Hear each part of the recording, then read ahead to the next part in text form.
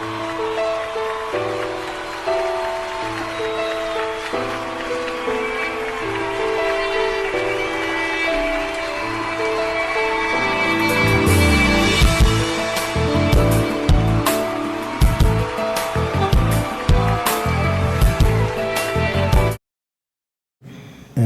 18:4. யோவான் 18:4. இயேசு தமக்கு நேரிட போகிற எல்லாவற்றையும் அறிந்து எதிர்கொண்டு போய் அவர்களை நோக்கி, யாரை தேடுகிறீர்கள் என்றார். ஆண்டவரே உம்மை ஸ்தோத்திரிக்கிறேன். அல்லேலூயா. ஆண்டவரே உம்மை ஸ்தோத்திரி. இதுவரை நீ நடத்தினீர்.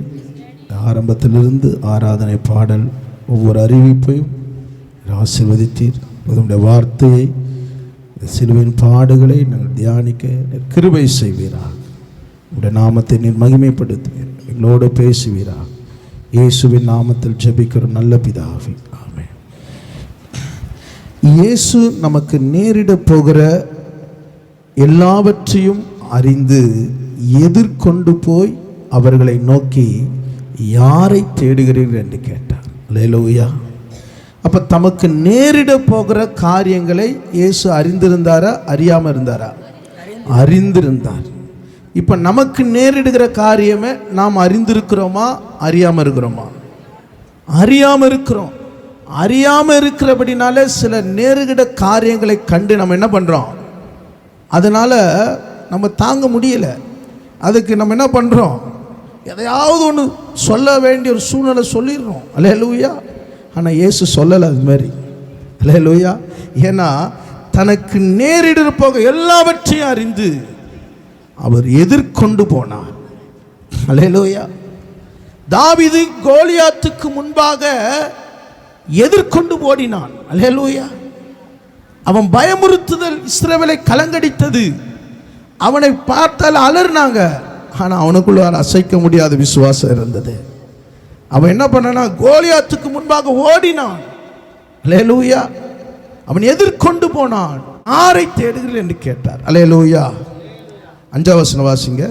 அவருக்கு அவர்கள் பிரதியுத்தரமாக, நசரேயனாகிய இயேசுவை தேடுகிறோம் என்றார்கள்.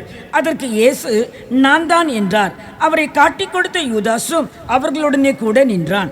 அங்க பாருங்க, இயேசு சொல்ற நான் தான். அவங்க சொன்ன யாரை தேடுறேன்னு கேட்டாரு. நசரேயனாகிய இயேசுவை தேடுகிறோம். அல்லேலூயா. எப்பா நான் தான்பா, நீங்க தேடுறது நான் தான். அவர் நான் தான் சொன்ன உடனே நீங்கள் 6ஆம் வசனத்தில், நான் தான் என்று அவர் அவர்களிடத்தில் சொன்ன உடனே அவர்கள் பின்னிட்டு தரையிலே விழுந்தார்கள். அவர்கள் பின்னிட்டு தரையில விழுந்தார்கள். அவர் தள்ளிவிடல. அந்த வல்லமை அவர்களால் நிற்க கூடாமற் போயிற்று. அல்லேலூயா. யோசிச்சு பாருங்க, நான் தான் சொன்னதுக்கே இந்த நிலைமைன்னா, நான் தேவனுடைய குமாரன் சொன்னா என்ன ஆயிருக்கும் இன்னும். அல்லேலூயா. அதனால தான் பாருங்க, இது உலகம் சொல்லுது, அவர் கைவிடப்பட்ட நிலையில ஏன் என்னை கைவிட்டீர், ஏன் என்னை கைவிட்டீர். கைவிடப்பட்ட நிலையில சிலுவையில் தொங்கினார். கைவிடப்பட்ட நிலையில தொங்கல. அல்லேலூயா. அவர் பாருங்க, இதன் பாடுகள் இந்த பிரமாணத்தை நிறைவேற்றும்படியாதான் அவர் தொங்கிக் கொண்டிருக்கிறார். அல்லேலூயா. எத்தனையோ முறை அந்த வாய்ப்புகளை கர்த்தருடைய வல்லமை வெளிப்பட்டு ஒருவனும் அவரை தொட முடியல, பிடிக்க முடியல. அல்லேலூயா. ஏன் அவரை பிடிக்க முடியவில்லை? நீங்கள் வாசியுங்கள் 9ஆம் வசனம். நீர் எனக்கு தந்தவர்களில் ஒருவனையும் நான் இழந்து போகவில்லை என்று அவர் சொல்லிய வசனமும் நிறைவேறத்தக்கதாக இப்படி நடந்தது. அல்லேலூயா. நீர் எனக்கு தந்தவைகளை ஒருவனையும் நான் இழந்து போகவில்லை. அவர் சொல்ற, நான் இருக்கிறேன், எதுக்கு என் சீஷரை பிடிக்கிறீங்க? நான் இருக்கிறேன். உனக்கு எவ்வளோ கோபமோ, என்ன செய்யணுமோ, என்ன நீ என்ன பண்ணு, செய். என்னை நம்பி வந்த என் சீஷர்களை, என் பிள்ளைகளை நீ தொடுவதற்கு உனக்கு அனுமதி கிடையாது. அல்லேலூயா. இப்படி ஒரு நல்ல மேய்ப்பரை பார்த்துருக்குறோமா? இப்படிப்பட்ட ஒரு ராஜாவை பார்த்துருக்குறோமா? தான் சுயமாய் என்ன பண்ணுவாங்க, சுயநலமாக இருப்பாங்க. ஆனால் தான் ஜீவன் போனாலும் என்னை நம்பி வந்த என் சீஷர்களை யாரையும் நீ பிடிக்காத. நான் தான் வந்திருக்கிறேன். நீ என்ன தேடி தானே வந்திருக்கிற, அதுக்கு தானே காசு கொடுத்து கொண்டு வந்திருக்கிற. எல்லாம் அறிந்தவராய் எதிர்கொண்டு போனார். அல்லேலூயா. மத்தேயு 26ஆம் அதிகாரம் 45ஆம் வசனம் வாசிங்க. மத்தேயு 26:45. பின்பு அவர் தம்முடைய சீஷர்களிடத்தில் வந்து, இனி நித்திரை பண்ணி இளைப்பாருங்கள். இதோ மனுஷகுமாரன் பாவிகளுடைய கையில் ஒப்பு கொடுக்கப்படுகிற வேளை வந்தது. கவனிங்க, இங்க இயேசு சீஷரிடத்தில் சொல்லுகிறார், என்ன சொன்னா, இனி நித்திரை பண்ணி இளைப்பாருங்கள், மனுஷர் கைகள் ஒப்பு கொடுக்கிற வேலை வந்தது. இப்ப இந்த கெத்செமனே தோட்டத்தில் இயேசு தூங்குனாரா இல்லையா? உங்களை தான் கேட்குற, தூங்குனாரா இல்லையா? அல்லேலூயா. தூங்க வேலை பாருங்க, தூங்காம ஜெபம் பண்ணுகிறாரு. அல்லேலூயா. தான் வேலை வந்தது. பின்னாடி கேமரா, சிசிடி கேமரா வச்சுட்டு பார்க்கல ஆண்டவர். ஆவில உணர்றாரு, என் வேலை வந்தது, நீங்கள் இன்னும் நித்திரை பண்ணி இளைப்பாருங்க. இந்த தூக்கத்தானே தூங்கின்னு இருக்கிற, நீ இளைப்பாரு, என் வேலை வந்துச்சு, நான் எதிர்கொண்டு போய் கொண்டு இருக்கிறேன். அல்லேலூயா. யோசிச்சு பாருங்க. அப்ப தான் வேலை அறிந்தார், தான் எதிர்கொண்டு வருகிற ஒரு திரள் கூட்டமான பேர் வராங்க. ஆண்டவர் கேட்கிறாரு, திருடனை பிடிக்கிற மாதிரி வரீங்களாப்பா? நான் தான் பகலில நான் உங்களுக்கெல்லாம் பிரசங்கம் பண்ணுகிறேன்னு, எதுக்குப்பா இந்த வேலை உங்களுக்கு? அல்லேலூயா, அல்லேலூயா. அவரை பிடிக்கிறதுக்கு இன்னமும் பெரிய ஆட்கள்லாம் கொண்டு வர்றாங்க. அல்லேலூயா. எல்லாமே அவர் எழுதினபடியே எதிர்கொண்டு போனார். அல்லேலூயா, அல்லேலூயா. இங்கே 47ஆம் வசனம் வாசிங்க. அவர் இப்படி பேசுகையில் 12 ஒருவனாகி யூதாஸ் வந்தான். அவனோடு கூட பிரதான ஆசாரியரும் ஜனத்தின் மூப்பரும் அனுப்பின திரளான ஜனங்கள் பட்டயங்களையும் தடிகளையும் பிடித்து கொண்டு வந்தார்கள். கவனிங்க, இவர்களோடு கூட யூதாஸ் இருந்தான். அல்லேலூயா. அவர் எல்லாவற்றையும் அறிந்திருந்தார். யூதாஸ் அறிந்திரார், எதுக்கு எல்லாத்தையும் அறிந்திருந்தார். ஆனால் அவரோடு கூட இருந்தவர்கள் யார் அறியல? இயேசுவை அறியல. அவர் எப்படிப்பட்டவர் என்பதை உங்களுக்கு வேதத்தை காட்டுகிறேன். யோவான் 2ஆம் அதிகாரம் 24ஆம் வசனம் வாசிங்க. யோவான் 2ஆம் அதிகாரம். இருந்தும் இயேசு எல்லாரையும் அறிந்திருந்தபடியால் அவர்களை நம்பி இணங்கவில்லை. இயேசு எல்லாரையும் அறிந்திருந்தபடியால் அவர்களை நம்பி இயேசு என்ன பண்ணல? இணங்கவில்லை. அடுத்த வசனம், மனுஷருக்குள்ள இருப்பதை அவர் அறிந்திருந்தபடியால் மனுஷரை குறித்து ஒருவரும் அவருக்கு சாட்சி கொடுக்க வேண்டியதில்லை. அல்லேலூயா. அவர் மனுஷனுக்குள்ள இருக்கிற என்ன நினைவு, என்ன யோசனை, எல்லாவற்றையும் இயேசு அறிந்திருந்தார். ஒருவனும் மற்றவனை குறித்து விரோதமான சாட்சி அவரிடத்துல சொல்ல முடியல. அல்லேலூயா, அல்லேலூயா. அவர் எல்லாவற்றையும் அறிந்திருந்தார். அல்லேலூயா. தான் பின்னாடி என்ன நடக்கிறது, முன்னாடி என்ன நடக்கிறது, முடிவு என்ன நடக்க போகிறது, எல்லாத்தையும் அறிந்திருந்தார். அதனால்தான் அவர் என்ன பண்ணாரு? எதிர்கொண்டு போறாரு. அவர் பயந்து போற தேவன் அல்ல, எல்லாவற்றையும் பார்க்கக்கூடிய தேவன். அல்லேலூயா, அல்லேலூயா. இன்னைக்கு ஆண்டவர், நீங்கள் உங்க வாழ்க்கையில் ஆண்டவர் எதிர்கொண்டு போய் அவர் எப்படி அதில் ஜெயம் எடுத்தார் என்பதை இன்னைக்கு இந்த சிலுவையின் பாடுகளை நம்ம தியானிக்க போகிறோம். இயேசு பாடுகளை சுமக்க தனித்திருந்தார். இயேசு பாடுகளை சுமக்க தன்னை ஆயத்தப்படுத்தினார். இயேசு பாடுகளை சுமக்க தன்னை பக்குவப்படுத்தினார். அல்லேலூயா. அப்போ எதிர்கொண்டு போகணும்னா சும்மா எதிர்கொண்டு போக முடியும்? அல்லேலூயா. எல்லாவற்றையும் அறிந்தவராய் அவர் என்ன பண்ணார்? தன்னை தனித்திருந்தார், தன்னை ஆயத்தப்படுத்தினார், தன்னை பக்குவப்படுத்தினார். அல்லேலூயா. அதனால தான் அந்த பாடுகளில் எவ்வளோ சத்துரு சோதனைகளை கொண்டு வந்தாலும், எவ்வளோ போராட்டம் கொண்டு வந்தாலும் இயேசுவை ஜெயம் எடுக்க முடியவில்லை. அல்லேலூயா. அவர் முன்னறிந்தவராய் தீர்மானிக்கப்பட்டபடியே முன்னாடி போறாரு. அவர் சாதாரணமா போல, முன்னறிந்தவராய் தீர்மானிக்கப்பட்டபடியே நடந்து போறாரு. அவர் எங்க போறாருன்னு தெரியும், எங்க அங்க சிலுவையில் அறைய போறான்னு எல்லாம் தெரியும். அல்லேலூயா. எத்தனை போர்ச்சவர்கள் அடிக்க போறான்னு தெரியும், எங்கு ரத்தம் சிந்தப்பட போகிறதுன்னு தெரியும். அல்லேலூயா, அல்லேலூயா. இது மாதிரி நமக்கு தெரிஞ்சா என்ன ஆகும்? உங்களை தான் கேட்குறேன்.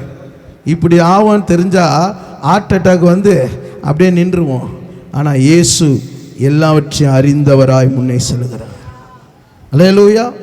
பாடுகள் வழியே போனதான் தெரியுங்க, அங்கே சிரிப்பு வருதா சந்தோஷம் வருதான்னு. அல்லேலூயா, அல்லேலூயா. அப்போ அந்த பாடுகளை போகும்போது உங்கள் சிரிப்பு மறக்கப்பட்டு போகும், உங்கள் சந்தோஷம் உன்னை விட்டு எடுத்துப்பட்டு போகப்படும். சொல்லோனா வேதனை. அல்லேலூயா. ஆனால் ஆண்டவர் அந்த வேதனையெல்லாம் தனக்குள்ள வச்சுன்னு இருக்கிறார். அதனால்தான் வருத்தப்பட்டு பாரம் சுமக்கிறவர்களே என்னிடத்தில் வாருங்கள், நான் உங்களுக்கு அல்லேலூயா. அதனால்தான் எல்லா பாரத்தையும் சுமக்கக்கூடிய ஒரு சுமை தாங்கி இயேசு. அல்லேலூயா. இன்னைக்கு நம்முடைய பாரத்தையே, நம்ம வீட்டு பாரத்தையே சுமக்க முடியல. அல்லேலூயா. நம்ம துணி பாரத்தையே சுமக்க முடியல. அல்லேலூயா. மாத்தால் சொன்னா, உமக்கு கவலை இல்லையா ஆண்டவரே, இவ்வளோ வேலை இருக்குது. அல்லேலூயா. அல்லேலூயா. நிறைய பேருக்கு வீட்டு வேலை செஞ்சு செஞ்சு கை ரேகெல்லாம் அழிஞ்சு என்ன போச்சு, மறைஞ்சு போச்சு. அல்லேலூயா. அல்லேலூயா. ஆனால் எல்லா பாரத்தையும் இயேசு சுமந்தார். முதல் காரியத்தை நாம் தியானிக்கலாம். இயேசு பாடுகளை சுமக்க தனித்திருந்தார். யோவான் 16ஆம் அதிகாரம் 32ஆம் வசனத்தை நாம் வாசிக்கலாம். யோவான் 16:32. இதோ நீங்கள் சிதறுண்டு அவனவன் தன் தன் இடத்துக்கு போய் என்னை தனியே விட்டு விடும் காலம் வரும், அது இப்பொழுது வந்திருக்கிறது. ஆனாலும் நான் தனித்தே இரேன், பிதா என்னுடனே கூட இருக்கிறார். கவனிங்க, நீங்கள் சிதறுண்டு தன் தன் இடத்துக்கு போய் என்னை தனியே விட்டு வைக்கும் காலம் வரும். அல்லேலூயா. ஆனால் நான் தனித்திரேன், என்னோடு பிதா இருக்கிறார். அப்போ நீங்க எல்லாம் விட்டு போவீங்கன்னு எனக்கு தெரியும், ஆனால் நான் தனித்திருக்கிற ஒரு அனுபவம் உள்ள பிதா என்னோடு கூட இருக்கிறார். அல்லேலூயா. யோசிச்சு பாருங்க, இதெல்லாம் அறிந்திருந்தார். பேதுரு சொன்னா, யாரு மறுதளித்தாலும் நான் மறுதளிக்க மாட்டாண்டவர். அல்லேலூயா. உடனே ஆண்டவர் சர்டிபிகேட்டை கையில் கொடுத்தாரு, இந்த ராத்திரியில என் நிமித்தம் நீ இடரல் அடைவாய். அல்லேலூயா. ஒருத்தன் மார்க்கு போர்வனை போட்டுனுகிறான், அவனை போய் பிடிக்கிறாங்க போர்ச்சவகர். பாருங்க, போர்ச்சவகரை பார்த்து எவ்வளவு பயம் பாரு. அவனை பிடிச்சவனே அந்த போர்வையை விட்டுட்டு நிர்வாணமா ஓடிட்டானான், வேதம் சொல்லுகிறது. அல்லேலூயா. அவ்வளோ ஒரு பயம் போர்ச்சவகர்களை பார்த்து. ஒருத்தர் கூட இல்லை. இயேசு பவனி வரும்போது அவருடைய பாதையில் வஸ்திரங்களை போட்ட கூட்டத்தார் ஆர்ப்பரித்தார்கள், ராஜா வருகிறார் என்று. எல்லாம் மகிழ்ச்சியாய் எங்கு பார்த்தாலும் இயேசு பின்னாடி அவ்வளோ கூட்டம். ஆனால் அந்த கூட்டம் எங்கே போச்சு? பயந்து போச்சு. அல்லேலூயா. அல்லேலூயா. ஆனால் கடைசி வரைக்கும் இயேசுவோட நான் நிற்கணும். அல்லேலூயா. நீ எதற்கு அழைக்கப்பட்டு இருக்கிறாய்? உன் அழைப்பை நீ அறிந்து கொள்ள வேண்டும். உன் தெரிந்து கொள்ளதை நீ அறிந்து கொள்ள வேண்டும். உனக்கு வருகிற பிரச்சனைகளை, உனக்கு வர போராட்டத்தில் நீ இயேசு விட்டு போயிடக்கூடாது. அல்லேலூயா. நீ இயேசுவோடு இருக்கணும்னா நீ தேவ சமூகத்தில் தனித்து இருக்கணும். வாசிங்கள், மத்தேயு 14ஆம் அதிகாரம் 23ஆம் வசனத்தை வாசிக்கலாம். மத்தேயு 14:23. அவர் ஜனங்களை அனுப்பிவிட்ட பின்பு தனித்து ஜெபம் பண்ண ஒரு மலையின் மேல் ஏறி சாயங்காலம் ஆனபோது அங்கே தனிமையாயிருந்தார். அல்லேலூயா. இங்கு பார்க்கிறோம், ஜனங்களை அனுப்பிவிட்ட பின்பு. நீங்க 22ஆம் வசனம் வாசிங்க. இயேசு ஜனங்களை அனுப்பி விடுகையில் தம்முடைய சீசர்கள் படவில் ஏறி தமக்கு முன்னே அக்கறைக்கு போகும்படி துரிதப்படுத்தினார். கவனிங்க, சீசர்களை அக்கறைக்கு துரிதப்படுத்தினார். ஜனங்களையும் அனுப்பிவிட்டு தனித்து ஜெபம் பண்ணும்படி இயேசு மலையின் மேல் ஏறி அங்கே தனிமையாயிருந்தார். அல்லேலூயா. பாருங்க, அவர் தனிமையாய் இருந்தார், தனித்திருந்தார். காரணம் என்ன? அந்த ஜெபம் தேவ சமூகத்தில் அவர் காத்திருந்தார். வந்திருக்கிற சபையாரே, வந்திருக்கிற சகோதரி சகோதரி பிள்ளைகளே, உங்கள் தனித்திருக்கிற ஒரு அனுபவம் இருக்கிறதா? உன்னை தேவனோடு கூட கொண்ட உறவு இருக்கிறதா? எல்லாரோடு இணைந்து ஜெபிக்கிற கரெக்ட், ஆனா தனித்து நீ எந்த நிலையில் இருக்கிறாய்? எப்படிப்பட்ட சூழ்நிலை இருக்கிறாய்? நீ சிலுவையை சுமக்கக்கூடிய தகுதி உனக்குள்ள இருக்கிறதா? நீ எது நோக்கி போறக்கூடிய ஆற்றல் உனக்குள்ள இருக்கிறதா? அல்லேலூயா. நான் சத்தியத்தில் நிலைநிற்க முடிகிற ஒரு அனுபவம் உனக்குள்ள இருக்கிறதா? அல்லேலூயா. நீங்கள் தனித்து இருக்கிற அனுபவம் இருந்தாதான் இயேசுவோடு கூட சிலுவையை சுமக்க முடியும். அல்லேலூயா. அவர் எல்லாவற்றையும் அறிந்தவராய் எதிர்நோக்கி போனது காரணம் என்ன? நீங்க எல்லாத்திலும் பாருங்க, இயேசு வனாந்திரத்தில் தனித்து போயிருந்தார். அல்லேலூயா. அவர் மலையில ராம் முழுவதும் தனித்து இருந்தார். மறுரூப மலையில தனித்து இருந்தார். இன்னைக்கு ஆண்டவர் உங்களை பார்த்து கேட்கிறார், நீ தனித்து என்னோட பேசுவதற்கு உன் நேரம் எடுக்கிறது இல்லையா?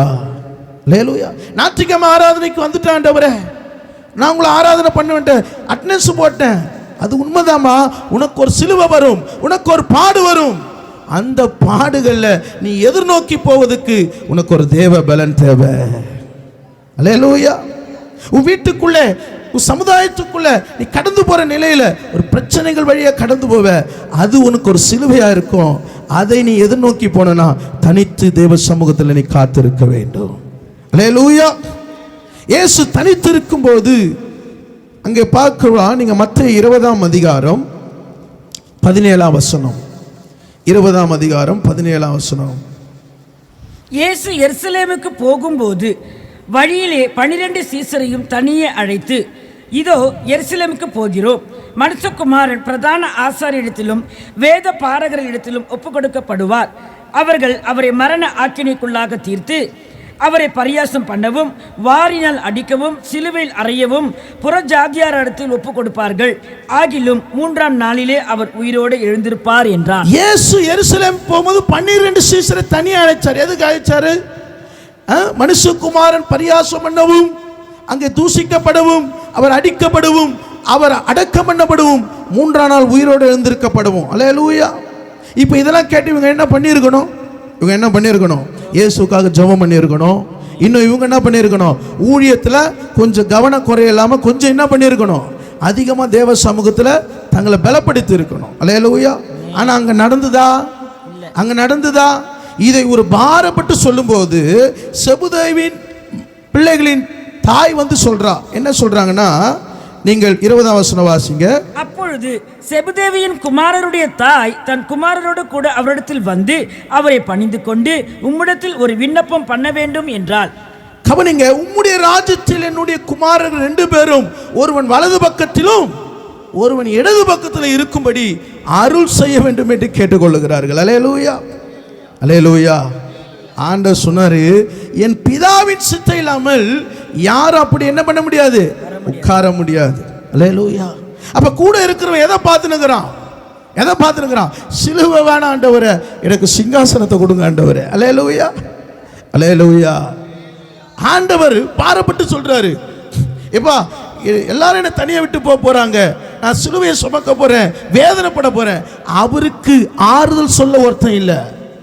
அவன் கூட இருக்கிற சீசா அவங்க அம்மாவை கூப்பிட்டு சொல்றான், ஆண்டவர் வந்திருக்கிறாரு, ஆமென், உம்முடைய ராஜ்யத்தில் நானும் அவரும் பக்கத்தில் உட்காரேன், நீ கொஞ்சம் பரிந்து பேச பொண்ணு. ஆமென். யார் தெரியுமா? மரியாளுடைய ரிலேஷன் இவங்க. அல்லேலூயா. இப்போ 10 பேர் என்ன பண்றாங்க? வாசிங்கள் 24ஆம் வசனம். மற்ற 10 பேரும் அதை கேட்டு அந்த 2 சகோதர பேரிலும் எரிச்சலானார்கள். ஒருத்தனுக்கு உட்காரணும்னு யோசனை இருக்குது, இன்னொருத்தனுக்கு நான் படுறா, இவ்வளோ தூரம் கஷ்டப்பட்டு வந்துட்டோம், இவனுங்க 2 பேர் வந்து தூக்கின்னு போகலான்னு நினைக்கிறானுங்க. அல்லேலூயா. அல்லேலூயா. ஆண்டவர் பார்த்தாரு, டே சிலுவை நீங்கள் கொஞ்சம் சுமப்பீங்க தானே பாரத்தோடு பேசினுக்கிறேன். இங்கே பார்த்தா நீங்கள் ஏதோ கான்செப்ட் போயின்னு இருக்குது. அல்லேலூயா. உன் மைண்ட் எங்கேயோ போயின்னு இருக்குது. அன்பான சபையை இங்கே உக்காந்து எதோ யோசனை இருக்கிற. அல்லேலூயா. வீட்டுக்கு எப்போ ஐயா முடிப்பார். அல்லேலூயா. ஆனால் ஆண்டவர் உன்னை கூட்டு பாரப்பட்டு பேசினுக்கிறாரு. நம்ம எருசலேமுக்கு போகிறோம். அல்லேலூயா. பாடுகளின் வழியே கடந்து போகிறார் இயேசு. 26ஆம் வசனம் வாசிங்க. உங்களுக்குள்ளே அப்படி இருக்கலாகாது. உங்களில் எவனாகிலும் பெரியவனாய் இருக்க விரும்பினால் அவன் உங்களுக்கு பணிவிடைக்காரனை போல இருக்கிறான். ஆமென். நீ பெரியவனா இருக்க விரும்புறியா?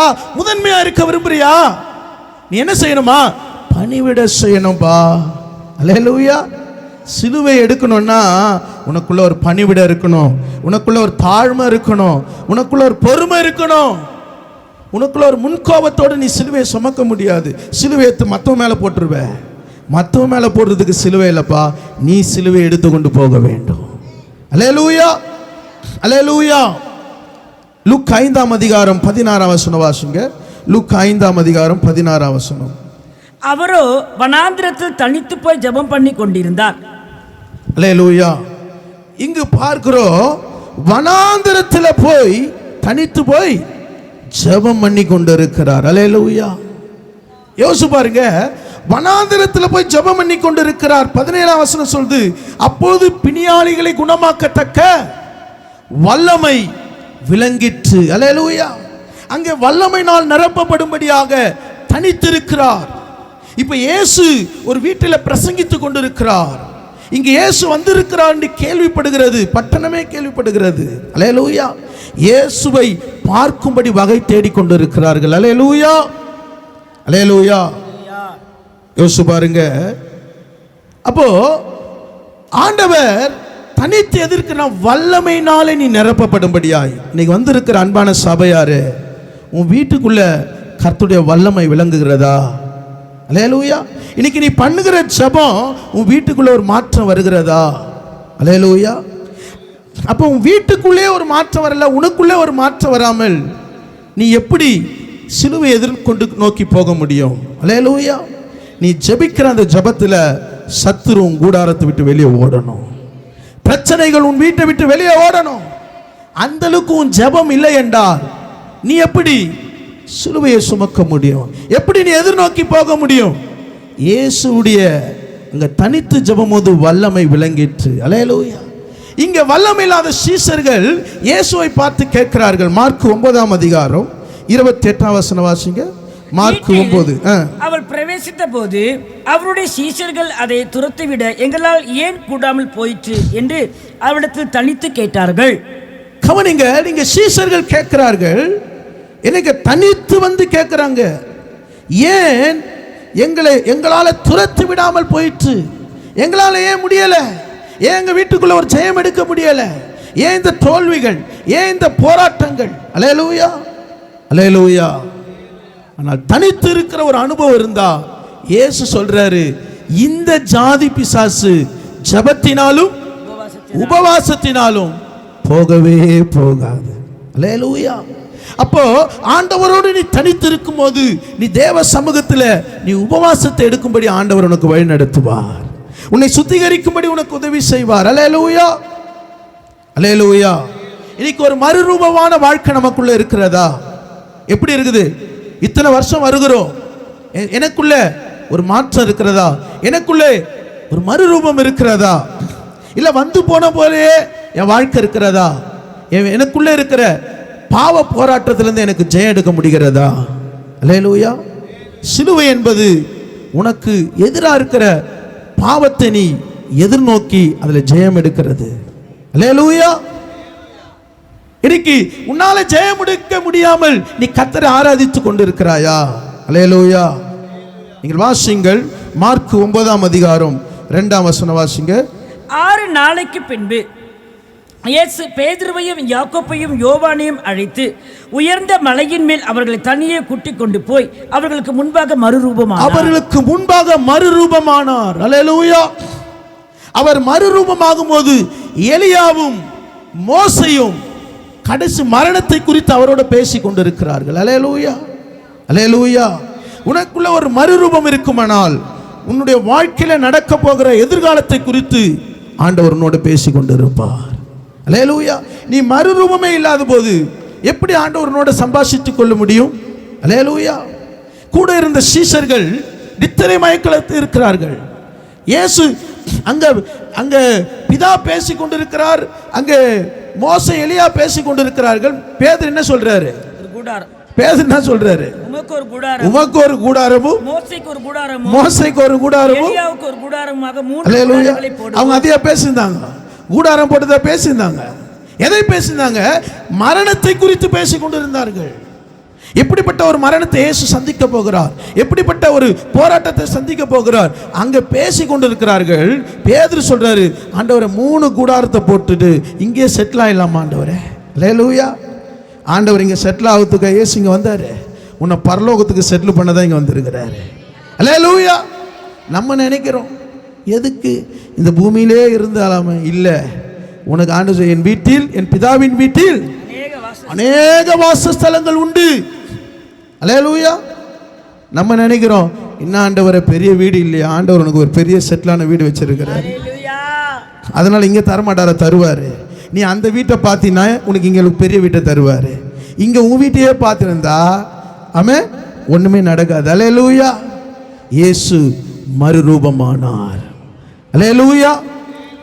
அவர் எதிர்நோக்கி போய் அந்த கெத்செமனே தோட்டத்தில் அவர் கடந்து போனார். அல்லேலூயா. 2வது காரியத்தை நாம் தியானிக்கலாம். இங்கே இயேசு பாடுகளை சுமக்க தன்னை ஆயத்தப்படுத்தினார். அல்லேலூயா. மார்க் 14 அதிகாரம் 12 வசனம் வாசிங்க. பஸ்காவை பலியிடும் நாளாகிய புளிப்பில்லாத அப்ப சாப்பிடுகிற முதலாம் நாளிலே அவருடைய சீஷர்கள் அவரிடத்தில் வந்து, நீர் பஸ்காவை புசிப்பதற்கு நாங்கள் எங்கே போய் ஆயத்தம் பண்ண சித்தமா இருக்கிறீர்கள் என்று கேட்டார்கள்.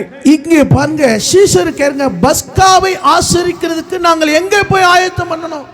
எங்க கர்த்தர் ஆயத்தம் பண்ண சொன்னாரு? மேல் வீட்டு. எங்க ஆயத்தம் பண்ண சொன்னாரு? உங்களை தான் கேட்குறேன், எங்க ஆயத்தம் பண்ண சொன்னாரு? தெரியலையா? ஆனா பஸ்கா ஒண்டி ஆயத்தம் பண்ண சொன்னார். அல்லேலூயா. இப்போ இந்த பஸ்கா எங்க ஆயத்தம் பண்ணப்பட்டு இருக்குது? இந்த பஸ்கா எங்க ஆயத்தம் பண்ணப்பட்டு இருக்குது? மேல் வீடு. அல்லேலூயா. பரிசுத்த ஆவி நிரப்பப்பட்டது எந்த இடம்? மேலறை. அல்லேலூயா. நீங்கள் அடுத்த வசனம் வாசிங்க. அவர் தம்முடைய சீசரில் 2 பேரை நோக்கி, நீங்கள் நகரத்துக்குள்ளே போங்கள், அங்கே தண்ணீர் குடம் சுமந்து வருகிற ஒரு மனுஷன் உங்களுக்கு எதிர்படுவான், அவன் பின்னே கவனிங்க. எப்படிப்பட்ட வீட்டை ஆயத்தப்படுத்த சொல்றார்னா, சுமந்து கொண்டு வருகிற வீடு. அல்லேலூயா. எதை சுமந்து கொண்டு வர வீடு? தண்ணீர். தண்ணீர் எதை காட்டுது? வசனம். அல்லேலூயா. ஆவியானவர். அல்லேலூயா. நீ சுமந்து கொண்டு போவேனா, அதுதான் தகுதியான வீடு. அல்லேலூயா. நீ வார்த்தையை சுமக்க மாட்ட, கர்த்தர் கொடுத்த ஆவியை நீ சுமக்கலனா அது தகுதி இல்லாத ஒரு வீடு. அல்லேலூயா. அப்ப தகுதி உள்ள வீட்டுக்கு போய் அந்த வீட்டுக்கு என்ன பண்ணு? முதலாவது என்ன சொல்லு? சமாதானம் உண்டாவதாக. அப்ப சமாதானம் உண்டாவதுன்னா அந்த வீடு எப்படி இருக்கணும்? தகுதியான வீடு. அல்லேலூயா. அல்லேலூயா.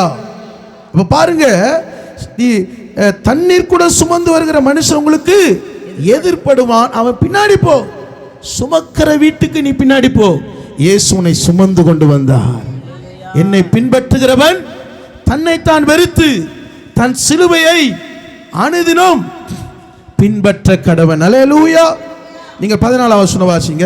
அவன் எந்த வீட்டுக்குள் பிரவேசிக்கிறானோ அந்த வீட்டு எஜமானை நீங்கள் நோக்கி, நான் என் சீசரோடு கூட பஸ்காவை புசிக்கிறதுக்கு தகுதியான இடம் எங்கே என்று போதகர் கேட்கிறார் என்று சொல்லுங்கள். அவன் கம்பளம் முதலானவைகள் விரித்து ஆயத்த பண்ணப்பட்டிருக்கிற விஸ்தாரமான மேல் வீட்டறையை உங்களுக்கு காண்பிப்பான், அங்கே நமக்காக ஆயத்த பண்ணுங்கள் என்று சொல்லி அனுப்பினார். தகுதியான வீடு. அல்லேலூயா. இன்னைக்கு நம்மளுடைய வீடு தகுதியான வீடா இருக்கிறதா? அல்லேலூயா. இன்னைக்கு தகுதியான வீடா இருக்கிறதா? கம்பளங்கள் விரிக்கப்பட்டு தேவ சமூகத்தில் காத்திருக்கிற ஒரு அனுபவம் இருக்கிறதா? அல்லேலூயா. ஒரு பாரம் சுமக்கிற ஆத்தும பாரம் உனக்குள்ள இருக்கிறதா? அல்லேலூயா. இன்னைக்கு உன் கூடாரத்தில் கர்த்தருடைய வார்த்தை தியானிக்கிற வீடா இருக்கிறதா? இன்னைக்கு எப்படிப்பட்ட வீடு உங்க வீட்டுக்குள்ள இருக்கிறது? அல்லேலூயா. அல்லேலூயா. ஆனால் இங்கு அவர் ஆயத்தப்படுத்தினார். ஆயத்தப்படுத்தி நீங்கள் வாசிங்கள். மத்தேயு 26 அதிகாரம். மத்தேயு 26 அதிகாரத்தில் 26 அதிகாரம் நீங்கள் 36 வசனம் வாசிங்க. அப்பொழுது இயேசு அவர்களோடு கெத்செமனே எனப்பட்ட இடத்துக்கு வந்து சீஷர்களை நோக்கி, நான் அங்கே போய் ஜெபம் பண்ணும் அளவும் நீங்கள் இங்கே உட்கார்ந்திருங்கள் என்று சொல்லி. இயேசு என்ன சொன்னாரு? நான் போய் அங்கே உட்கார்ந்து இருக்கும்படி நீங்கள் இங்கே உட்கார்ந்திருங்கள். அல்லேலூயா. நான் அங்க போய் ஜெபம் பண்ணுகிறேன், நீங்க என்ன பண்ணுங்க? இங்க உட்கார்ந்திருங்க. அல்லேலூயா. இப்போ உட்கார்ந்திருங்கன்னா என்ன பண்ணிருக்கணும்? என்ன பண்ணிருக்கணும்? ஜெபம் பண்ணி கொண்டு இருக்கணும். அல்லேலூயா. நீங்க 58 வசனம் வாசிங்க. பேதுரு தூரத்தில் அவருக்கு பின் சென்று பிரதான ஆசாரியனுடைய அரண்மனை வரைக்கும் வந்து உள்ளே பிரவேசித்து முடிவை பார்க்கும்படி உட்கார்ந்து இருந்தான். அல்லேலூயா. இயேசு என்ன சொன்னாரு? நான் ஜெபம் பண்ணி போறாங்க, இங்க உட்கார்ந்துரு. இங்க உட்கார்ந்துருனா என்ன? தூங்கி இருக்கிறதுக்கு உட்கார சொன்னாரு. அல்லேலூயா. என்ன பண்ணாரு? ஜெபம் பண்ணினாரு. அவங்க எப்படி உட்காந்துக்கிறாங்க? அரண்மனை முற்றத்தில் தூரமா போய் முடிவை பார்க்கும்படி உட்கார்ந்து இருக்கிறாங்க. எப்போ ஆராதனை முடியும்? அல்லேலூயா. ரொம்ப கால் வலிக்குது, இவர் பாரத்தோடு பேசுவாரு, எங்களுக்கு கால் கூட நீட்ட முடியல அப்படின்னு என்ன பண்ணாங்களாம்? முடிவை பார்க்கும்படி உட்கார்ந்து இருந்தார்கள். அல்லேலூயா. அல்லேலூயா. அப்படியே உட்கார்ந்து நிற்கிறீங்க? அப்படி உட்கார்ந்து இருக்கணும். ஒரு அல்லேலூயா சொல்லுங்க. அல்லேலூயா. கர்த்தர் உங்களை ஆசீர்வதிப்பார். அல்லேலூயா. முடிவை பார்க்கும்படி இயேசு சொன்னார், இப்போ இங்க உட்காந்துரு, கொஞ்சம் ஜெபம் பண்ணிரு, நாங்க போயிட்டு இன்னும் ஊக்கத்தோட ஜெபம் பண்ண போறேன். அவங்க பார்த்தாங்களா, முடிவை பார்க்க வந்தாங்களா, இன்னும் எப்போ இயேசுவை பிடிக்க வர போறாங்க. அல்லேலூயா. எப்போ சிலுவையில் அறைய போறாங்க. அல்லேலூயா. யோசிச்சு பாருங்க. அல்லேலூயா. ஆனால் நீங்கள் மார்க் 5ஆம் அதிகாரம் 15ஆம் வசனம் வாசிங்க. மார்க் 5:15. இயேசுவிடத்தில் வந்து லேகியோனாகிய பிசாசுகள் பிடித்திருந்தவன் வஸ்திரம் தரித்து உட்கார்ந்து புத்தி தெளிந்திருக்கிறதை கண்டு பயந்தார்கள். அல்லேலூயா. கவனிங்க, வஸ்திரம் இல்லாதவனாய் கல்லறையில் இருந்தவன் இப்ப வஸ்திரம் தரித்து யார் பக்கத்தில் உட்காந்துக்கிறான்? இயேசுவின் பக்கத்தில் உட்காந்து நிற்கிறான். இயேசுவின் பக்கத்தில் உட்காந்து சந்தோஷப்படணுமா பயப்படணுமா? சந்தோஷப்படணும்ல. ஆனா யார் பயந்தாங்க? ஆண்டவரோடு உட்காராதவங்க பயந்தாங்க. அல்லேலூயா. அல்லேலூயா. பாருங்க, உட்கார்ந்து கொஞ்ச நேரத்தில் அவன் சொல்றான், என்னமா சொல்றான்? ஆண்டவரே, நான் உங்க பின்னாடி வரட்டுங்களான்னு கேட்குறான். அல்லேலூயா. கொஞ்ச நேரம் உட்கார்ந்ததுக்கு இயேசு பின்னாடி வரணும்னா எத்தனையோ முறை தேவ சமூகத்தில் காத்திருந்து உட்கார்ந்து இருக்கிற அன்பான சபையே, நீ ஆண்டவர் பின்னாடி எவ்வளோ போனோன்னு ஆசை இருக்கணும் உனக்கு. அல்லேலூயா. அல்லேலூயா. அப்ப பாருங்க, இங்கு இயேசு தன்னோடு உட்காரும்படி சொன்னார். நீங்க அதே மத்தேயு 26ஆம் அதிகாரம் 37ஆம் வசனம் வாசிங்கள். இவரையும் கூட்டிக் கொண்டு போய் துக்கம் அடையவும் வியாகுலப்படவும் தொடங்கினார். அப்பொழுது அவர், என் ஆத்துமா மரணத்துக்கு ஏதுவான துக்கம் கொண்டிருக்கிறது, நீங்கள் இங்கே தங்கி என்னோடு கூட விழித்திருங்கள் என்று சொல்லி, கவனிங்க, அவர் ஆத்துமா துக்கப்படும் வியாகுலப்படும் தொடங்கினார். கெத்செமனே தோட்டத்தில் ராத்திரி தொடங்கினார். தூக்கமே வரல. உங்களுக்கு தூக்கம் வருமா? தூக்கம் வருமா வராதா? அல்லேலூயா. இயேசுக்கு கொஞ்சமா தூக்கம் வரல, வியாகுலப்படும். சொல்றாரு, கொஞ்ச நேரம் விழித்திரு, கொஞ்ச நேரம் விழித்திரு.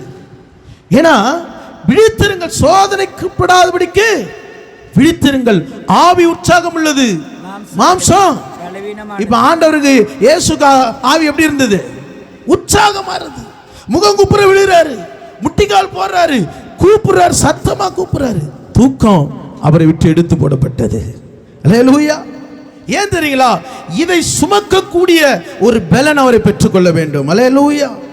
நீங்க இயேசுவை உங்களை முன்னாடி வச்சு பாருங்க, உங்களுக்கு நல்ல ஒரு ஊக்கமுள்ள ஒரு ஜெபம் வரும். அல்லேலூயா. சீசர்களை பார்த்தீங்கன்னா என்ன வந்துடும்? தூக்கத்தின் ஆவி வந்துடும். அல்லேலூயா. அல்லேலூயா.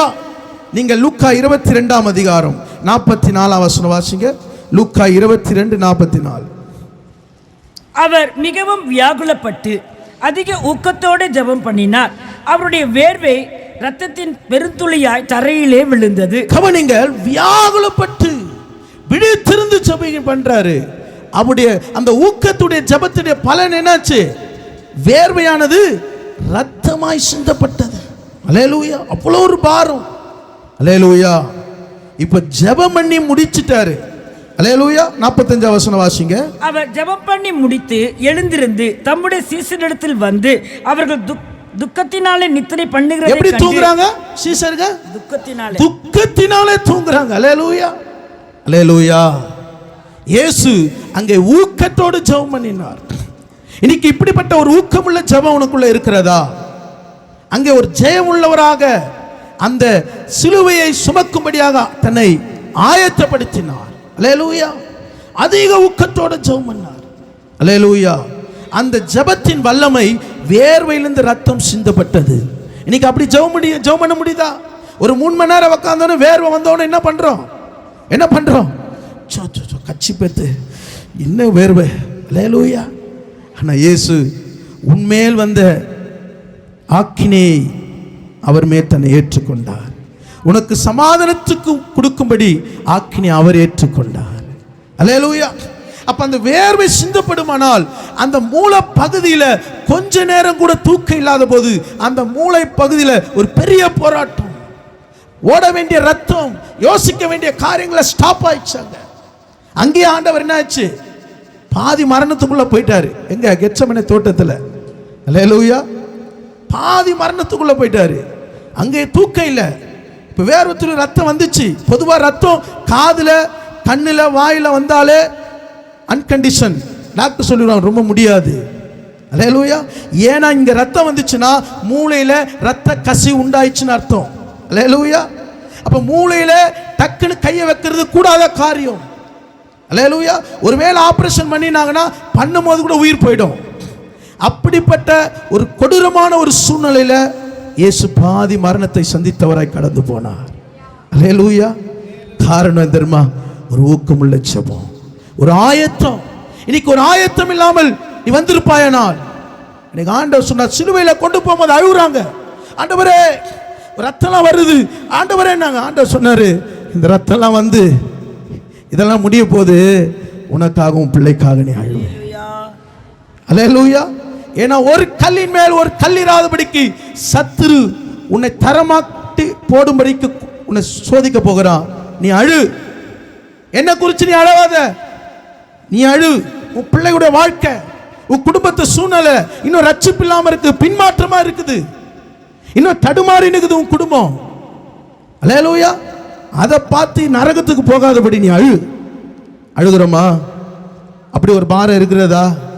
அல்லேலூயா. அப்படி ஒரு பாரம் உனக்குள்ள இருக்கணும். ஒருவேளை உங்க வீட்டில் யாராவது ஒருவர் சபைக்கு வரலையா, இன்னும் அவர்கள் பின்மாற்றத்தில் இருக்கிறாங்களா, இன்னும் விடுதலையாக்கப்படலையா, அவர்களுக்காக நீ அழுவாயனால் நிச்சயமாக கர்த்தர் ஒரு பெரிய ரட்சிப்பை கொடுப்பார். நீங்கள் வாசிங்கள் அப்போஸ்தலர் 12ஆம் அதிகாரம் 5ஆம் வசனத்தில் வாசிங்க. அப்போஸ்தலர் 12:5. அப்படியே பேதுரு சிறைச்சாலையிலே காக்கப்பட்டிருக்கையில் சபையார் அவனுக்காக தேவனை நோக்கி ஊக்கத்தோடு ஜெபம் பண்ணினார்கள். ஊக்கத்தோடு ஜெபம் பண்ணினாங்க. அல்லேலூயா. இப்போ ஊக்கத்தோடு ஜெபம் பண்ணும்போது சிறையில் யார் வந்தா? தூதன் வந்தான். அவன் கைகள் சங்கிலினால் கட்டப்பட்டு இருந்தது. அல்லேலூயா. வேதம் சொல்லுகிறது, அவன் விலாவில தட்டினான், சங்கிலிகள் கழண்டன, இரும்பு கதவுகள் தானா திறந்தன. இப்ப ஜெபம் பண்ண யாருக்காக ஜெபம் பண்ணினாங்க? சபையார். நீங்க வாசிங்கள் 12ஆம் வசனம் வாசிங்க. அவன் இப்படி நிச்சயித்துக் கொண்டு மார்க்கி என்னும் பெயர் கொண்ட யோவானுடைய தாயாகிய மரியாள் வீட்டுக்கு வந்தார். அங்கே அநேகர் கூடி ஜெபம் பண்ணி கொண்டிருந்தார்கள். பேதுரு வாசற் கதவை தட்டின போது ரோதை என்னும் பெயர் கொண்ட ஒரு பெண் ஒற்று கேட்க வந்தாள். அவள் பேதுருவின் சத்தத்தை அறிந்து சந்தோஷத்தினால் கதவை திறவாமல் உள்ளே ஓடி பேதுரு வாசலுக்கு முன்னே நிற்கிறார். கவனிங்க, பேதுருக்காக ஜெபம் பண்ணுகிறாங்க. இப்ப பேதுருவே கதவு தட்டினுக்கிறாரு. இப்ப யாருக்காக ஜெபம் பண்ணுகிறாங்க? பேதுருக்காக தான் ஜெபம் பண்ணுகிறாங்க. அல்லேலூயா. எப்படிப்பட்ட ஒரு ஊக்கம் உள்ள ஜெபம் பாருங்க. அல்லேலூயா. பேதுருக்காக ஜெபம் பண்ணுகிறாங்க. இப்ப பேதுரு வெளியே வந்துட்டாரு, பேதுரு கதவை தட்டினுக்கிறாரு. ஆனா சந்தோஷத்துல கதவை திறக்க முடியல. அல்லேலூயா. ஒரு விடாப்பிடியான ஜெபம், இரும்பு கதவுகளை தானாய் திறக்கக்கூடிய ஒரு ஜெபம், சங்கிலிகளை அறுக்கக்கூடிய ஒரு ஜெபம், கட்டுகளை அறுக்கக்கூடிய ஜெபம். அல்லேலூயா. மாந்திரிகத்தின் வல்லமைகளை ஒன்றுமில்லாமல் போக்குற ஒரு ஜெபம். அந்த ஊக்கமுள்ள ஜெபம் உனக்குள்ள வர வேண்டுமானால் இயேசு எதிர்கொண்டு போனார். கதவை தட்டுறாரு பேதுரு. நான் தான் எப்பா, வேற யாருனா இருக்கும், தூதன் வேற யாருனா இருக்கும், நாங்க பேதுருக்காக ஜெபம் பண்ணுகிறோம். அல்லேலூயா. தங்கள் அறியாமலே ஜெபம் பண்ணி கொண்டு இருக்கிறார்கள். அறியாமல் ஜெபம் பண்ணாலும் கர்த்தருடைய வல்லமை இரும்பு கதவுகளையும் இரும்பு தாழ்பால்களையும் முறித்தது. அல்லேலூயா. அப்படிப்பட்ட ஒரு ஆயத்தமுள்ள ஒரு ஜெப வாழ்க்கை உனக்குள்ள இருக்கிறதா? ஆயத்தப்படுத்துகிற உன்னுடைய வாழ்க்கையில் இருக்கிறதா? கடைசி ஒரு வசனத்தை சொல்லு. லூக்கா 21:36 வாசிங்க. லூக்கா 21:36. ஆகையால் இனி சம்பவிக்க போகிற இவைகள் எல்லாம் நீங்கள் தப்பி மனுஷகுமாரனுக்கு முன்பாக நிற்க பாத்திரவான்களாய் எண்ணப்படுவதற்கு எப்பொழுதும் ஜெபம் பண்ணி விழித்திருங்கள் என்றார். எப்பொழுதும் ஜெபம் பண்ணி விழித்திருங்கள். அல்லேலூயா. இனி சம்பவிக்கிற இவைகளுக்கு நீ தப்புவிக்கப்பட வேண்டும் என்றால், ஆமென், கர்த்தருக்கு முன்பாக நிற்க பாத்திரவாங்க எண்ணப்படுவதற்கு நீ விழித்திருந்து ஜெபிக்கணும். சீஷர்களை போல தூங்கி ஜெபம் பண்ணினா உன்னால ஆண்டவருடைய வருகைக்கு நீ ஆயத்தப்பட முடியாது. அல்லேலூயா. உன் பிள்ளைகளுக்காக, உன் குடும்பத்துக்காக கர்த்தருக்கு முன்பாக நீ நிற்கணும். அல்லேலூயா. ஆண்டவருக்கு முன்பாக நீ நிற்கிற ஒரு அனுபவம் உனக்குள்ள இருக்கணும். அப்போது கர்த்தர் எல்லா ஆபத்துக்கும் விலக்கி கர்த்தர் பாதுகாப்பார். மூணாவது காரியத்தை சுருக்கமாய் சொல்லி நான் முடிக்கிறேன். மார்க் 14ஆம் அதிகாரம் 24ஆம் வசனத்தை வாசிக்கலாம். மார்க் 14:27. 14:27. அப்பொழுது இயேசு அவர்களை நோக்கி, மேய்ப்பனை வெட்டுவேன், ஆடுகள் சிதறிக்கப்படும் என்று எழுதியிருக்கிறபடி இந்த ராத்திரியிலே நீங்கள் எல்லோரும் என் நிமித்தம் இடறல் அடைவீர்கள். இயேசு என்ன சொன்னாரு? ஆடுகள் வெட்டப்படும். ஆமென். ஆடுகள் சிதறடிக்கப்படுமா சொன்னாரு. இங்க எத்தனை ஆடுகள் இருக்குது? எத்தனை விசுவாசி இருக்கிறீங்க? எத்தனை பேர் இருக்கிறோம்? ஆமென். ஒரு ஆடு கைச்சா கூட எல்லாம் இருக்கும். ஆனா ஒரு மேய்ப்பனை இங்க போயிட்டேன்னா இங்க யார் வார்த்தை கொடுக்குறது? அல்லேலூயா. இயேசு சொல்றார், மேய்ப்பனை வெட்டுவேன், ஆடுகள் தன்னை வெட்ட போறதை அறிந்தும் அதை சொல்றாரு பாருங்க. நம்மளால சொல்ல முடியுமா? இது மாதிரி ஒரு நியூஸ் வருது, உங்களை வெட்ட போறாங்க, உங்களை கொல்ல போறாங்க சொன்னாலே நமக்கு என்ன வந்துடும்? அங்க போய் ஒலி, அங்க ஒலி, இங்க ஒலி, எங்கேயும் நம்ம பார்க்க கூடாது, இந்த தெருவில் வரக்கூடாது. அல்லேலூயா. ஆனா இந்த மேய்ப்பனை தன்னை வெட்ட போறவன் எல்லாத்தையும் அறிந்தோம், அவன் வெட்ட போறான் தெரியும். அல்லேலூயா. கொஞ்சமா அசரல பாருங்க. அல்லேலூயா. சிலதில் போலீஸ் சொல்லுவாங்க, எப்பா இந்த கைதி இங்கேருந்து வந்துட்டான் வெளியே, உனக்கு இந்த நியூஸ் வருதுன்னு சொல்லிடுவாங்க. அல்லேலூயா. உடனே என்ன பண்ணுவாங்க? எவ்வளோ பாதுகாத்தாலும் இந்த காத்துனே இருப்பான், வெறி பகை. ஆனால் இயேசுக்கு தெரியும், வேதம் சொல்லுது, மேய்ப்பனை வெட்டுவேன், ஆடுகள் சிதறடிக்கப்படும். இந்த ராத்திரி நீங்கள் எல்லாம் என் நிமித்தம் இடறல் அடைவீர்கள், ஆகிலும் உயிர்த்தெழுந்த பின்பு உங்களுக்கு முன்னே கலிலேயாவுக்கு போவேன். அல்லேலூயா. இயேசு பாருங்க தன்னை பக்குவப்படுத்தி இருந்தார். அல்லேலூயா. என்ன வெட்டுமா? அல்லேலூயா. அப்புறம் நீங்க இடரல் அடைவீர்கள், நான் உயிரடைவேன், உயிரடைந்து எங்க போவேன்? கலிலேயாவுக்கு போவேன். அல்லேலூயா. இதெல்லாம் கேட்டு சீசர்கள் எங்க போனாங்க? இதெல்லாம் கேட்டு எங்க போனாங்க சீசர்கள்? கல்லறைக்கு போய் கேட்டுறாங்க, ஆண்டவரே ஆண்டவரே. அப்ப தூதன் சொன்னா, அவர் உங்களோடு இருக்கும்போது சொல்லலையா? அவர் கலிலேயாவுக்கு போய்க்கிறார், ஓடு. அல்லேலூயா. அவர் சொன்னதை செய்கிற தேவன். உன் வாழ்க்கையில எதை சொல்றாரோ அதை செய்வார். அல்லேலூயா. நீ மறந்துடக்கூடாது. இன்னும் ஆண்டவரை செய்யல, ஆண்டவர் உனக்கு சொல்லி இருக்கிறத செய்வார். அல்லேலூயா. இங்கு பார்க்கிறோம், நான் உயிரடைவேன், உங்களுக்கு முன்பாக கலிலேயாவுக்கு போவேன். அல்லேலூயா. எப்படிப்பட்ட ஒரு நல்ல மேய்ப்பன்! அல்லேலூயா. தன் ஆடுகளுக்காக தன் ஜீவனை கொடுக்கிற நல்ல மேய்ப்பன். அல்லேலூயா. பாருங்க, இப்படிப்பட்ட ஒரு நல்ல மேய்ப்பனிடத்தில் வந்திருக்கிறீங்க, விட்டுருவாரா? வாசிங்கள் எசேக்கியேல் 34 அதிகாரம் 16 வசனம் வாசிங்க. எசேக்கியேல் 34:16. நான் காணாமல் போனதை தேடி துரத்துண்டதை திரும்ப கொண்டு வந்து, எலும்பு முறித்ததை காயம் கட்டி, நசல் கொண்டதை திடப்படுத்துவேன். நியாயத்துக்கு தக்கதாக தாய் அவைகளை மேய்த்து, புஷ்டியும் பலமும் உள்ளவைகளை அழிப்பேன். நான் என்ன பண்ண? திரும்ப கொண்டு வருவேன். காயப்பட்டதை, முறிந்து போனதை என்ன பண்ணுவேன்? காயம் கட்டுவேன். அல்லேலூயா. அல்லேலூயா. என் மேய்ச்சல்களை தண்ணீர் அண்டையில நடத்துவேன், மேய்ச்சல்ல நடத்துவேன். என் ஆடுகளுக்கு எதிராக வருகிற, ஆமென், வசனம் சொல்லுது, புஷ்டியும் பலம் உள்ளவைகளை அழிப்பேன். என் ஆடுகளுக்கு ஒரு கீரலும் வரக்கூடாது. அல்லேலூயா. என் ரத்தத்தினால் சம்பாதித்த என் ஆடுகள், என் சத்தத்தை கேட்கிற என் ஆடுகள், அது ஒன்றும் முறிந்து போவதில்லை. நான் அடிக்காயங்களை ஆற்றுவேன். அல்லேலூயா. எப்படிப்பட்ட ஒரு நல்ல மேய்ப்பன் பார்த்தீங்களா? உன் அடிக்காயத்தை, உன் உடைந்து போன உள்ளத்தை உன்னை தேற்றக்கூடிய ஒரு நல்ல மேய்ப்பன். இந்த நல்ல மேய்ப்பன் சொல்றார், என்னை வெட்டுவான்பா, என்னை குத்துவான்பா, விழாவில் குத்துவான்பா, நீ கலங்காத. அல்லேலூயா. நான் உன்னை தேற்றுவேன், நான் உன்னை ஆறுதல் படுத்துவேன். ஆனால் மேய்ப்பனாயிராதவன் எப்படி இருக்கிறான்? யோவான் 10 அதிகாரம் 12 வசனம் வாசிங்க.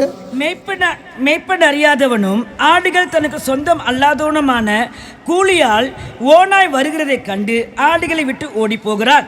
அப்பொழுது ஓநாய் ஆடுகளை பீறி அவைகளை சிதறடிக்கும். கவனிங்க, மேய்ப்பனாயிராதவன் என்ன செய்வானா?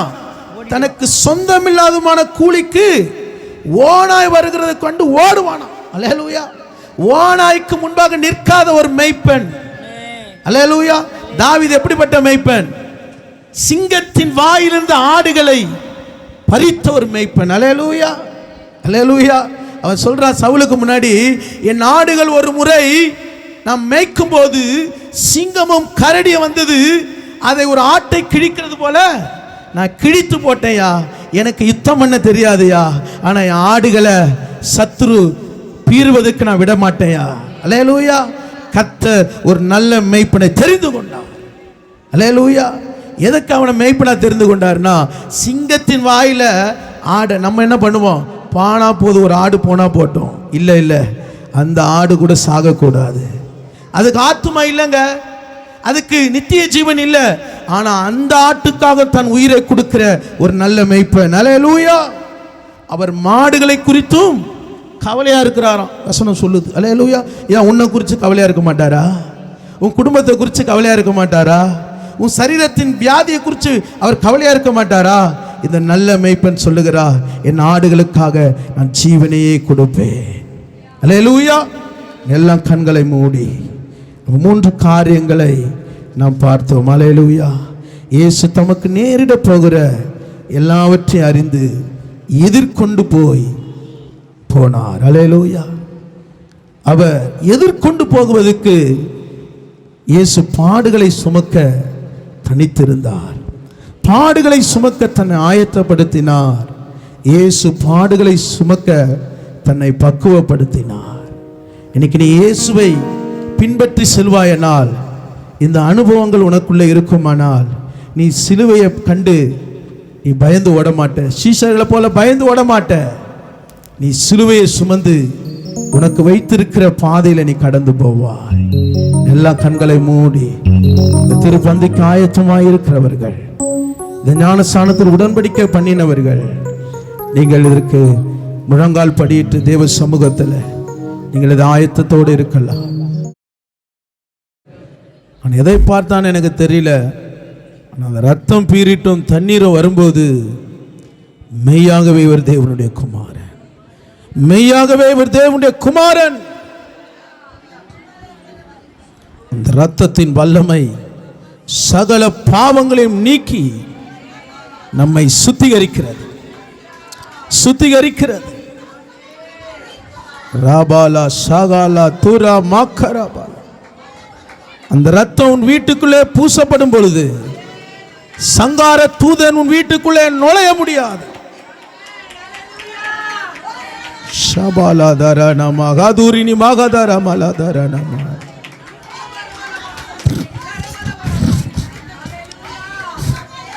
இது உங்களுக்காய் சிந்தப்படுகிற புது உடன்படிக்கையின் ரத்தம். பழைய உடன்படிக்கையில் புது உடன்படிக்கையின் ரத்தம். ரத்தம் சிந்துதல் இல்லாமல் பாவம் மன்னிக்கப்படாது. அது கோழி ரத்தம், ஆட்டு ரத்தம் இல்லைங்க, அது பரலோகத்தின் ரத்தம். அல்லேலூயா. அந்த ரத்தம் உன்னை கழுவி கொண்டிருக்கிறது, உன்னை சுத்திகரித்து கொண்டிருக்கிறது. அந்த ரத்தம் அவர் சிந்தின இடத்துல ஆராய்ச்சியாளர்கள் அந்த ரத்தத்தை ஆராய்ச்சி பண்ணும்போது அந்த ரத்தத்தில் உயிர் இருக்குதான், அந்த ரத்தத்தில் உயிர் இருக்குதான். ஷபாலாதாரா நாமா காதாரா நாமா தூரினி மக்கரபாலா ராமாலா ஷிக்கரபாலா. ஓ ஜீசஸ். அந்த ரத்தம் காய்ந்து போனாலும் இந்த ரத்தத்துக்குள்ள உயிர் இருக்கிறது, ஜீவன் இருக்கிறது, சுகம் இருக்கிறது, விடுதலை இருக்கிறது, சமாதானம் இருக்கிறது. அந்த ரத்தம் சிலுவை அண்டை உன்னை சமீபமாக்குகிறது. எப்பொழுது அந்த ரத்தத்தை நீ கழுவப்படுகிறாயோ அப்பொழுதெல்லாம் ஆண்டவருடைய சமூகத்தில் வருகிறாய்.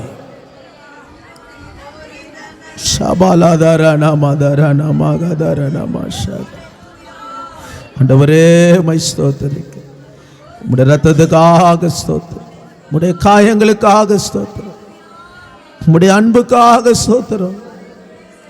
ஆண்டவரே எல்லாவற்றையும் அறிந்தவராய் எதிர்நோக்கி போனீர்.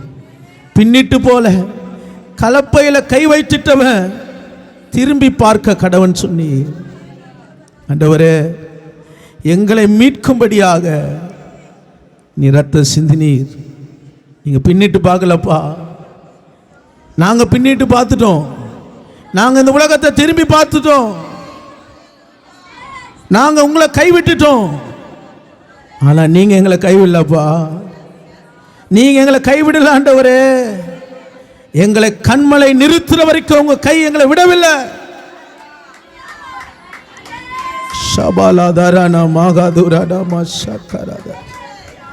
உடைய அன்புக்காக ஸ்தோத்திரம். கர்த்தர் கொடுத்த சரீரத்துக்காக, அவர் கொடுத்த ரத்தத்துக்காக கர்த்தரை சோதரம் பண்ணுவோம். சோதராண்டவரே, சோதராண்டவரே, சோதராண்டவரே, சோதராண்டவரே, மை சோதரிக்கிறம்பா, மை சோதரிக்கிறம்பா. உடைய வைத்த அன்பு மாறாதது, அந்த அன்பு மாறாதது. நன்றியோடு பிள்ளைகளை ரட்சித்திருக்கிறீங்களப்பா, சிறு பிள்ளைகளை ரட்சித்திருக்கிறீங்களப்பா. உடைய அன்புக்காக ஸ்தோத்திரம். எல்லாம் கன மகிமை உமக்கே செலுத்துகிறோம். இயேசுவின் நாமத்தில் ஜெபிக்கிற நல்ல பிதாவே. என் ஆத்மாவே கர்த்தரை சொல், என் மூலமே பரிசுத்த நாமத்தை சொல். ஆத்மாவே கர்த்தரை சொல், செய்த சகல உபகாரங்களை மறவாதே. ஆமென். கர்த்தராகிய இயேசு கிறிஸ்துவின் கிருபையும் பிதாவாகிய தேவனுடைய அன்பும் பரிசுத்த ஆவியானவரின் ஐக்கியமும் நம் அனைவரோடும் சகல பரிசுத்தவான்களோடு கூட கர்த்தருடைய வருகை மட்டும் இருப்பதாக. ஆமென்.